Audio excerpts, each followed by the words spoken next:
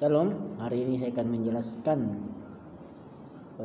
konsep dasar pembinaan warga gereja dan akan didampingi oleh Yerni Tamael. Kami nomor urut kelompok kedua dan akan mempresentasikan tentang konsep dasar pembinaan warga gereja. Nah, berikut penjelasan dari Yerni tentang hasil diskusi kami. Konsep dasar pembinaan warga gereja terdiri dari organisasi. Organisasi adalah kumpulan orang banyak atau sebuah wadah untuk tujuan bersama. Yaitu satu, arti penting organisasi gereja adalah gereja membutuhkan sistem dan orang-orang yang memiliki tata cara kerja yang baik. Gereja yang bergerak dalam bidang kerohanian, lembaga kerohanian tentu mempunyai warna tersendiri yang sesuai dengan prinsip kerohanian. Dua, unsur pokok organisasi dibagi menjadi 4, yaitu keanggotaan, kepemimpinan, struktur, sistem kerja. Yang ketiga, keberadaan organisasi gereja. Ada banyak gereja memiliki tata kerja yang berlainan, tetapi tidak perlu tahu bahwa pemerintahan tertinggi di dalam gereja adalah Yesus Kristus sendiri. Dia adalah kepala gereja. 4. Struktur organisasi. Struktur organisasi dapat dibedakan menjadi A. Organisasi secara makro. Struktur organisasi secara makro terjadi di gereja lokal yang dipengaruhi oleh bentuk atau sistem yang dianut oleh gereja yang bersangkutan.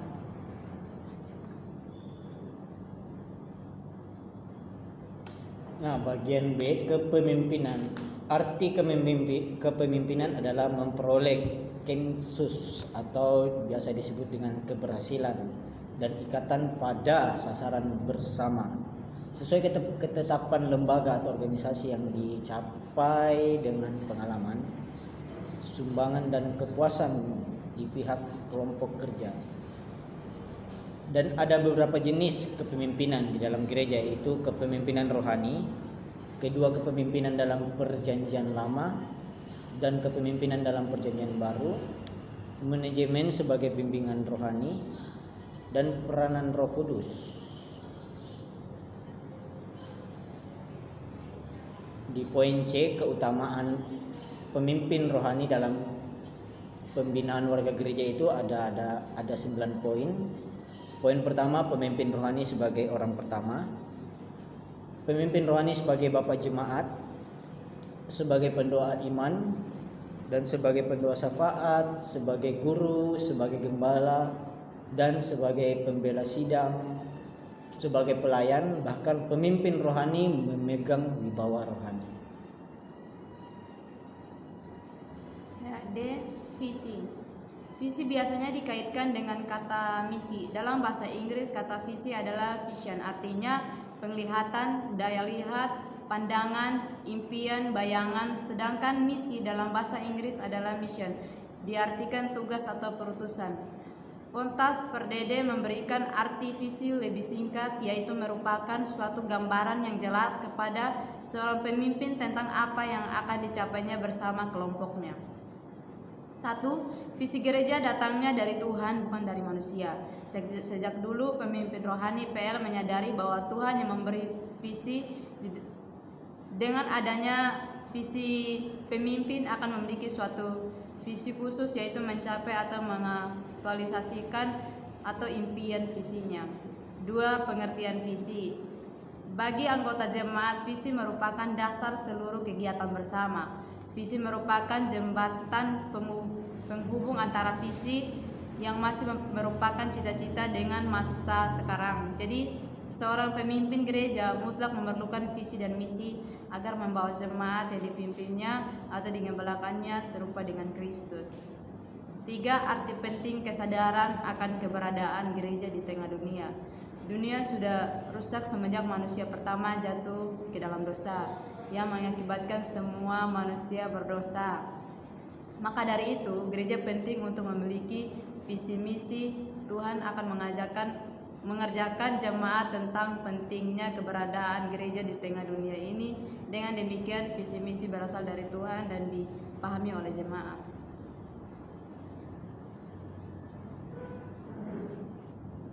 Visi misi dan tujuan atau membangun ingatan kepada visi secara terus-menerus, ditanamkan benar dalam hati atau di dalam pemimpin, bahkan pendeta, bahkan aktivis-aktivis dalam gereja. Mereka semua harus ditanamkan visi misi sehingga arah gereja itu bisa jelas.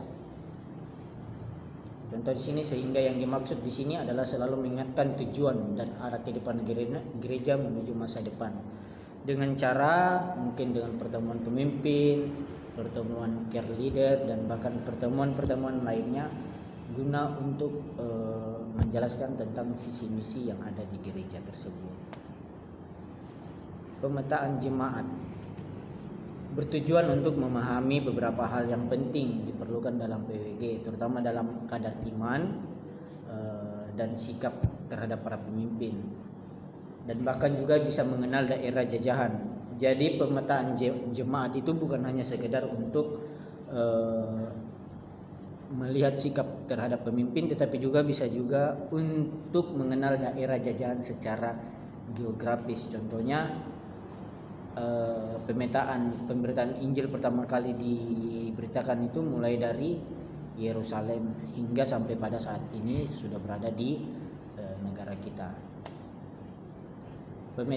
Pemetaan kadar iman sangat penting diketahui oleh pemimpin PWG guna untuk menentukan atau bagaimana cara menjelaskan khotbahnya yang akan disampaikan, dan tradisi, norma serta sistem nilai. PWG harus bergaul dan berada di tengah-tengah jemaat agar memahami tradisi, norma, dan sistem nilai yang berkembang di tengah jemaat. Kadar kesetiaan, yaitu loyalitas atau kesetiaan kepada Tuhan, harus dipahami juga oleh pemimpin gereja supaya keutuhan gereja atau organisasi bisa kokoh untuk menopang berdirinya jemaat. Sikap terhadap pemimpin itu bisa kita lihat supaya pemimpin gereja berjalan dengan lebih baik jika mendapatkan suatu keputusan yang berbeda. Contoh, dalam seorang pemimpin mengambil keputusan, pasti ada beberapa orang yang tidak setuju dengan keputusan tersebut. Maka disinilah peranan pemimpin untuk bisa bersikap. Sumber daya. Di sini sumber daya yang dimasukkan di sini adalah bagaimana jemaat memiliki kerelaan untuk berkorban bagi pekerjaan Tuhan. Daya tangkap jemaat. Pembinaan warga gereja perlu mengetahui para jemaatnya dalam segi intelektualitas agar memberikan pengajaran jemaat dan menangkap, karena tidak semua intelektual jemaat itu sama. Pemetaan dari status dan kedudukan sosial untuk mengadakan integritas perbedaan status yang kedudukan sering terjadi, atau perbedaan antara status jemaat, ada yang miskin, ada dan kaya. Tetapi kita harus tahu, dan seorang pemimpin PWG harus mengajarkan kepada jemaatnya bahwa di dalam Tuhan tidak melihat status umatnya. Aspirasi, pemimpin harus mengetahui aspirasi jemaat agar pertumbuhan jemaat dapat berjalan dengan baik. Metode pemetaan jemaat dengan cara survei, membuat peta lingkungan, observasi, penjajahan di tengah umat, membagikan daftar pertanyaan yang harus dijawab guna untuk memajukan pertumbuhan jemaat. Analisis merupakan kelanjutan pemetaan guna untuk perencanaan menghadapi masa depan. Pokok-pokok bahasa dalam pembinaan warga gereja, yaitu 1. Pembinaan warga gereja pada dasarnya tidak dapat dipisahkan dengan pengajaran pada prakteknya. Mendidik ke arah kesempurnaan pengetahuan. Berikut ini pengajaran yang harus disampaikan kepada jemaat, yaitu 1. Keselamatan, yang kedua kedewasaan iman, 3. Pemahaman tentang Roh Kudus, yang keempat kehidupan keluarga Kristen, yang kelima kehidupan seksualitas, 6. Hidup berjemaat, yang ketujuh ekonomi yang sesuai kerajaan Allah, 8. Pelayanan Kristiani, 9. Misiologi. Yang G, strategi pengajaran, yaitu terdapat 10, yaitu pertama pelayanan mimbar mingguan, 2 kebaktian kategorial, yang ketiga kebaktian kebangunan rohani, yang keempat pelayanan hari-hari besar atau hari-hari istimewa, yang kelima kelas pengajaran reguler, yang keenam seminar, 7 kelompok pemahaman Alkitab, 8 pelatihan, 9 perjamuan kudus, 10 kegerakan umum jemaat. Yang H, pemberdayaan jemaat. 1, kekompakan dan keseimbangan anggota tubuh Kristus. Yang kedua, keterlibatan jemaat dalam pelayanan. I, disiplin. 1, arti penting kedisiplinan. Yang kedua, disiplin rohani. 3, disiplin sebagai alat pembinaan. J, penegangan krisis. Krisis makro, krisis keluarga, krisis pribadi. Arti 4, arti penting. Oke, sekian dan terima kasih presentasi kami, kiranya menjadi berkat bagi kita semua. Tuhan Yesus memberkati.